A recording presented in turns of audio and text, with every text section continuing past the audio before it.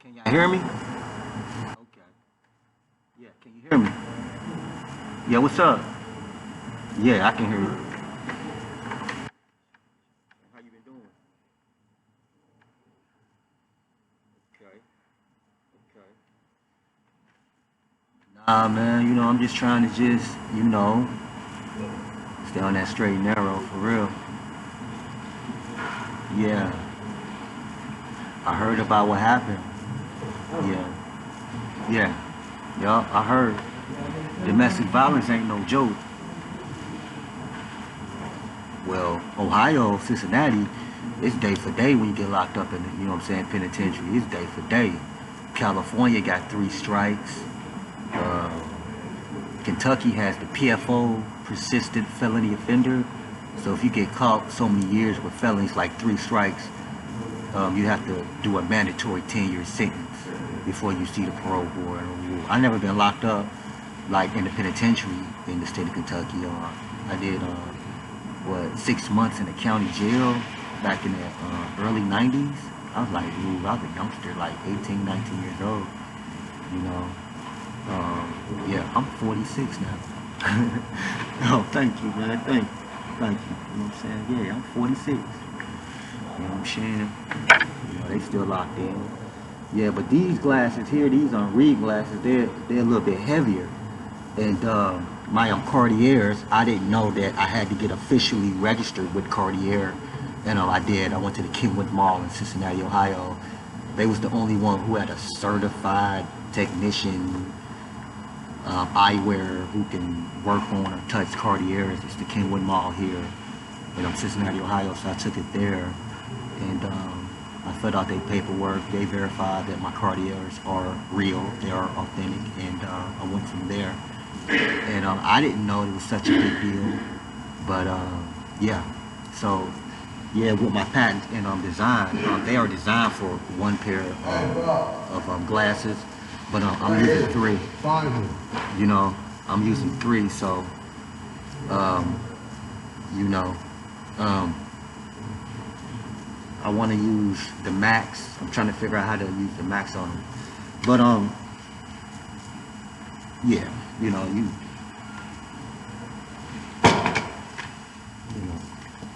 still there. Scooting back. Yeah, I broke many glasses, especially my expensive sunglasses before I invented this. But yeah. But back to the domestic violence, which is the ugly topic. I was framed for domestic violence, and it was the first time I was locked up. I got arrested on a Friday at my own property that I bought, paid for myself. My ex, she didn't even have a job for 9 years. I just told her, because she had 2 kids when I married her, and before my daughter was born, we got married. She was pregnant with my daughter, so we had a shotgun wedding. And in my faith, my Christian faith, we can't have kids before we get married. So I married her. Best thing I did was my daughter, man. Like, me and my daughter's best friend.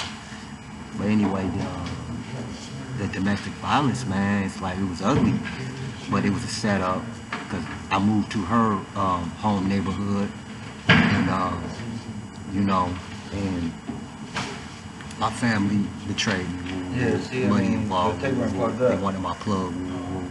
Didn't work out that way. The good Lord intervened, because I was dead. But the domestic violence, I spent Friday, Saturday, Sunday. Judge, this is the state of Kentucky, Covington, Kentucky. Judge or cops did the investigation, detectives, which I didn't know. And then, so when everything came to light, because I had to go back to Cincinnati, and I had to get in touch with LA, Los Angeles, California. And we were friends for 9 years straight, so I had to report back to LA. And they was like, look, man, we got 3 strikes out here, and they know my ex-wife, baby mama, and it's like, look, you gotta handle this. And I'm like, I don't even know where to begin. So once everything started, I just went by faith, not by sight. And my kids got thrown out, and the rest just played out on the streets. But like, I'm a black male, but they think that most black males is just deadbeats, woo, woo, don't take care of their kids, beating on these women, woo, woo. But in this case, dude caught up, you know. And like, before I got married, I was married to a woman in Sri Lanka, which is southern India. And like, over there, they're like brutal with their relationships, you know what I'm saying? It's like, I mean, hold on, they got one, southern India, Tamil Nadu, Vice President Kamala Harris, her mother's there.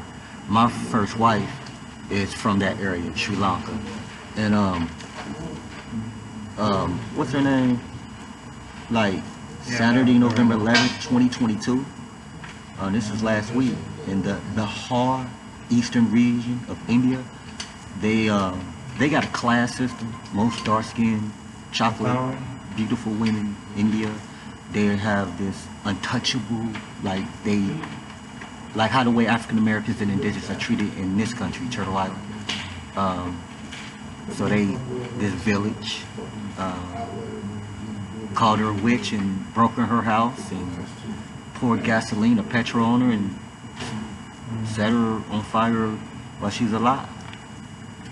You know, few of them got arrested, but you know, the corruption is normal over there, and beating on women over there is normal over there. I call that behind the sari. The saris, they long, beautiful dresses, but them women over there, whew, man, they don't have like the freedoms that the women are just now getting over here.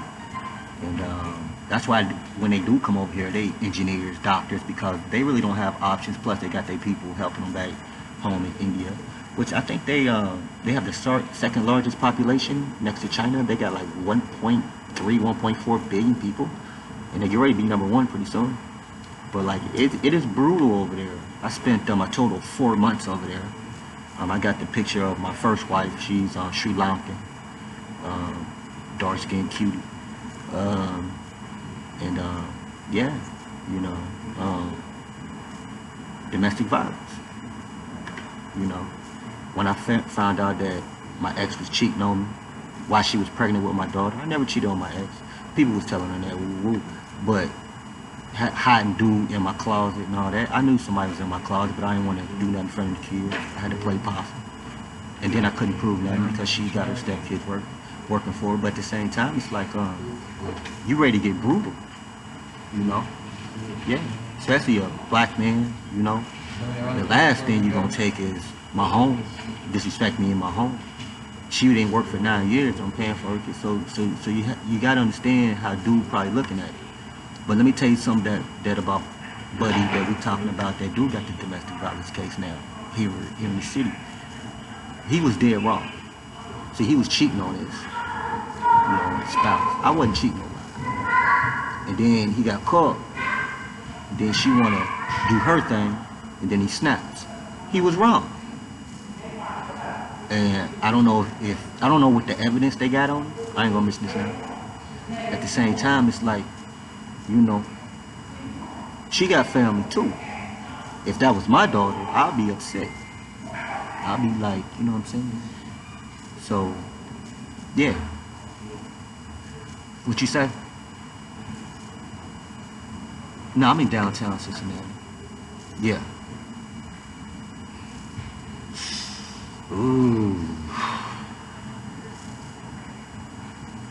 It all depends how much money he has, what type of attorney, and is she gonna forgive him and all that. I don't see. Ohio law is different from Kentucky law, which is different from California law, which is different from Arizona law. And how much money you have is universal, you know. So I'm not in his pockets. I don't know. At the same time, it's like, that's why I keep my daughter close. So I tell my daughter, like, look, firstborn, only biological child so far. Like, you can't, there's certain things you can't do. Like, no, you can't do that, daughter. And this is why you can't do that. Because I don't want her to grow up getting into any relationship. I don't care if it's friendly, business, work, relationship, spouse, and then do something goofy to get herself caught up You know what I'm saying? Because what I learned about goofiness is like it's raised, it's taught. Like I can't speak for my ex baby mama's side. I can't speak for them, her, because in my opinion, you know, she could have been raised straight. You know, she could have been raised good. I know she wasn't, but she could have. But again, you gotta take it further. How was her prenatal? What was her mother doing while she was pregnant with that child? Was she taking her prenatal vitamins, or was she doing devices? Because it's going to end. Because the truth is going to play out. You know what I'm saying? So, yeah. I mean, if you ever seen that movie American Gangster, Denzel Washington, and in the very beginning, they had this dude tied up to this in the chair, and they poured gasoline on him, set him on fire. Denzel did what he woo. That's domestic violence when you really want to get at them. Trust me, I know. Like when you really want to get at them, because I had to get out like that mentality, like oh the disrespect, woo woo woo. Because if you keep that mentality, you gonna do something brutal. And I think old buddy gonna get some time for this. Cause if she was my daughter, I'd tell her like, don't ever go back to him. You know what I mean? So, domestic violence is serious, man. And then when I'm locked up for 3 days, the first time in my life that dudes was trying to get at me. But here's the catch. They knew the truth. They were just trying to hide it, though. You feel me? So, but I told them, I'm like, look, bruh, if anybody touch me, bruh, it's gonna be like all bad once I get on the streets. You feel me? I told them that. And then once the truth came out, my homies just made it all bad for them. At the same time, it's like it was their fault. Now, in this domestic violence case, that was dude's fault. Now, she got people, so, you know what I'm saying?